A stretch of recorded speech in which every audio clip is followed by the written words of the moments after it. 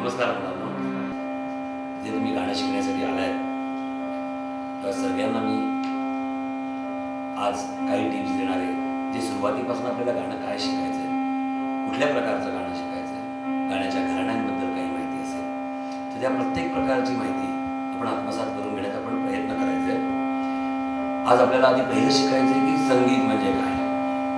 संगीत म्हणजे मनाला भावणारा नाद, गायन, वादन आणि नृत्य याचा आविर्भाव असलेली किंवा याचा संपूर्ण मिलाप असलेली एखादी जी संस्था आहे त्याला आपण संगीत म्हणू शकतो. कारण संगीत हे नुसतं गाणं म्हणणं किंवा याच्यापर्यंत संपत नाही.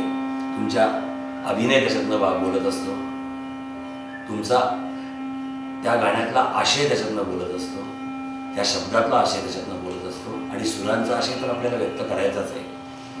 पण ते सूर म्हणजे काय, तर जगामध्ये असे बरेच सूर आहेत. जर सूर म्हणून आपण जर सायंटिस्ट म्हणून जर शोधायला गेलो तर बरेच सूर आहेत.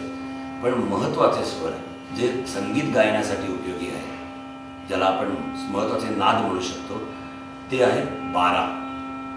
आणि त्याच्यातले शुद्ध स्वर म्हणून आपण ज्याला म्हणू शकतो त्याची नावं आहेत जी पहिल्यांदा डिस्कवर झाली असं आपण म्हणू शकतो की सा रे ग. तुम्ही माझ्या मागोमाग म्हणू शकता सा रे ग.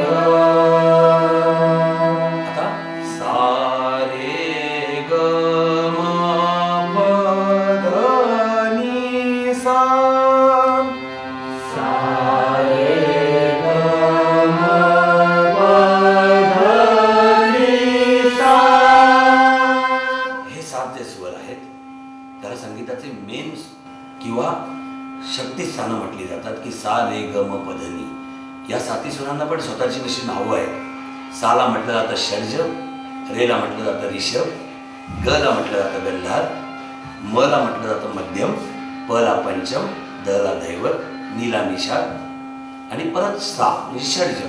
याचा अर्थ सा रे ग म प ध नि हे 7 स्वर.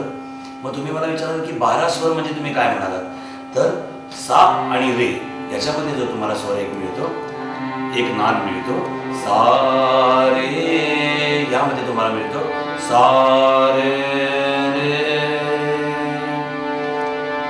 तर हा जो मधला रे आहे याला म्हटलं जातं हिंदुस्थानी संगीतामध्ये कोमल ऋषभ किंवा कोमल रे. रे ग रे ग ग याला म्हटलं जातं कोमल गंधार. तर रे आणि ग च्या मध्ये जो असणारा गंधार आहे त्याला म्हटलं जातं कोमल गंधार. कोमल हे नाव का दिले की सा आणि रेच्या आधी, रेच्या अलीकडे असलंय म्हणून त्याचं नाव ठेवलंय ऋषभ कोमल. ग च्या आधी आहे म्हणून त्याला म्हटलं गेलंय गंधार कोमल.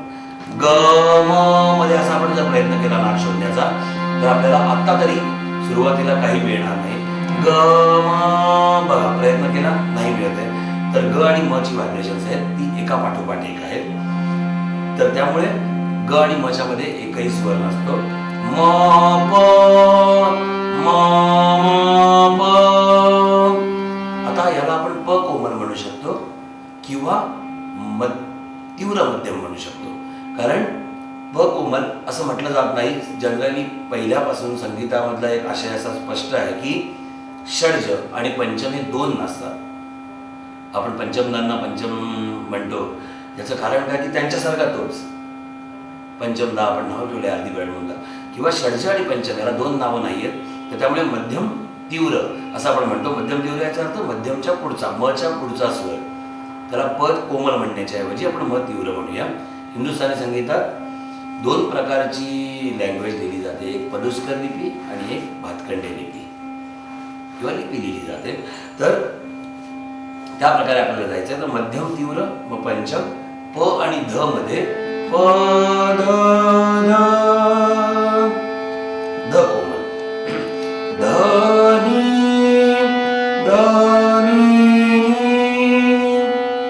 नि कोमल. तर असे 12 स्वर आहेत. म्हणजे आता मुलांना स्वर कुठले झाले, सा रे ग म प ध नि, हे झाले तुमचे शुद्ध 7 स्वर. आता सा आणि रेच्या मध्ये असलेला रे कोमल तुम्ही माझ्या मागोमाग म्हणा प्रत्येक स्वर. सा रे सा रे सा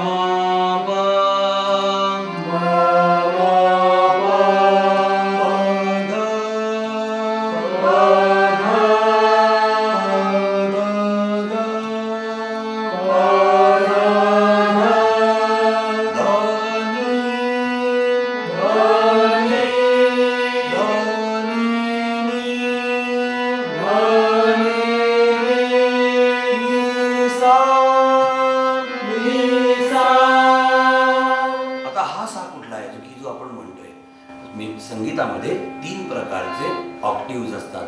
त्याला सप्तक म्हटलं जातं. वेस्टर्न म्युझिकमध्ये त्याला ऑक्टिव्ह म्हटलं जातं. की 6 ते नी पर्यंत असलेले जे 12 स्वर आहेत त्यांना एक सप्तक असं मानलं जातं. आता एक सप्तक म्हणजे 12 स्वर. मग एवढी मोठी हार्मोनियम किंवा संवादिनी कशासाठी असते? तर त्याला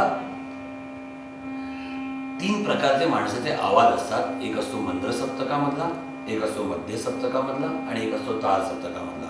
आता मंद्र सप्तक याचा अर्थ काय की खर्जातला आवाज, खालचा आवाज, बेसचा आवाज. सा नी ध प म ग रे सा. हाच आवाज जर तुम्ही मध्यलयीत म्हटलात तर तो होतो सा